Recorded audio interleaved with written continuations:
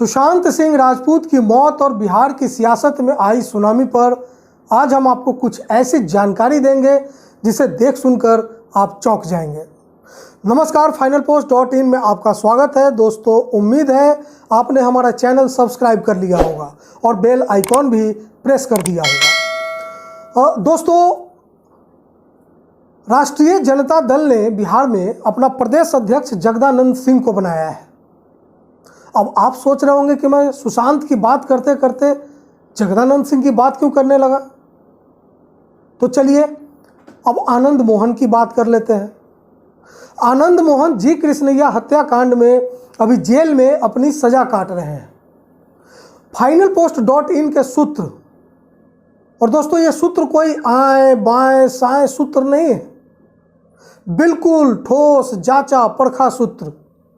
तो हमारे सूत्र के मुताबिक बिहार सरकार के एक कद्दावर प्रतिनिधि की मुलाकात आनंद मोहन की पत्नी लवली आनंद से हो चुकी है।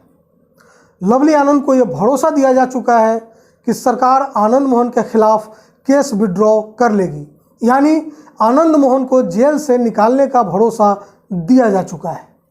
हो सकता है कि अगले कुछ दिनों या सप्ताहों में ये खबर भी आपके सामने आ जाए।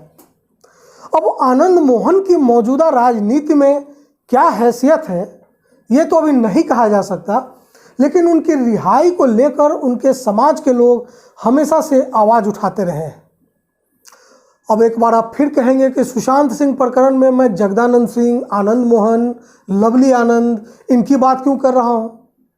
तो चलिए अभी एक नाम और है जिस पर बात कर लेते हैं। राजद के ही एक वरिष्ठ नेता है रघुवंश प्रसाद सिंह।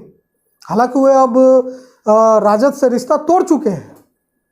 वैशाली से लगातार 2 बार लोकसभा चुनाव हार चुके रघुवंश बाबू अपनी आगे की रणनीति के लिए जो भी निर्णय लेंगे उसमें एक रास्ता जदयू कार्यालय की तरफ भी जा सकता है, लेकिन इस पर अभी कोई अंतिम फैसला नहीं हुआ है।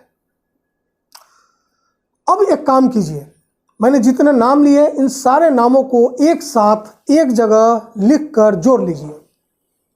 जगदानंद सिंह, आनंद मोहन, लवली आनंद, रघुवंश प्रसाद सिंह, इन सभी नेताओं में एक चीज कॉमन है कि ये सभी नेतागण एक ही समुदाय से आते हैं, जो बिहार के मतदाताओं का 4% है। यानी मैं बात कर रहा हूं राजपूत समुदाय की।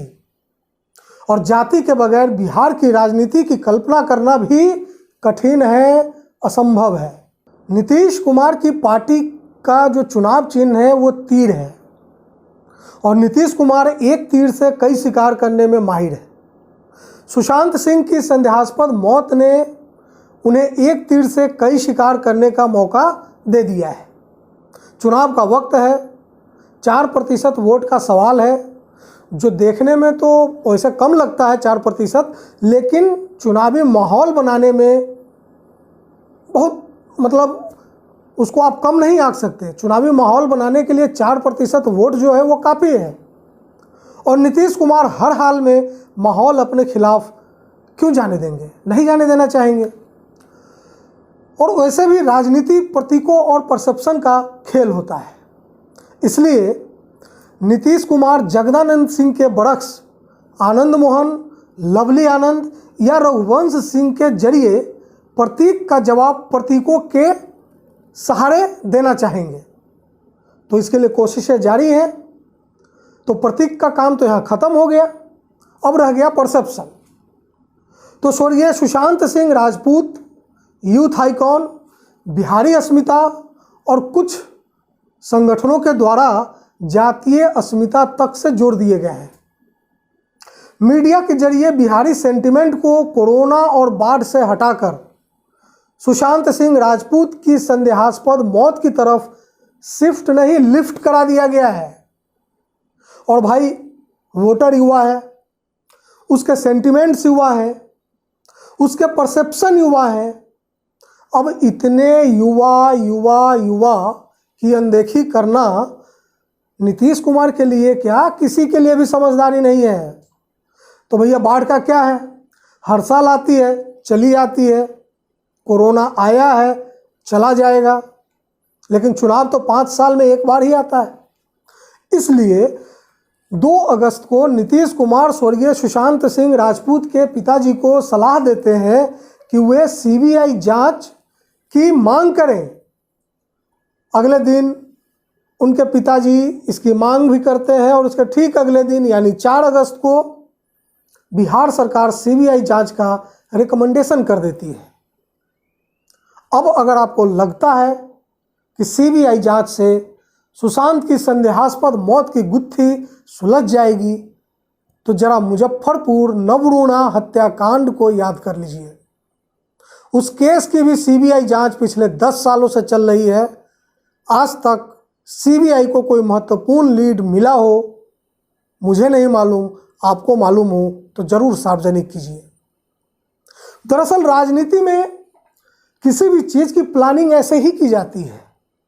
वो प्लानिंग ऐसी होती है कि वो आपको कभी भी प्लानिंग की तरह दिखे ही नहीं।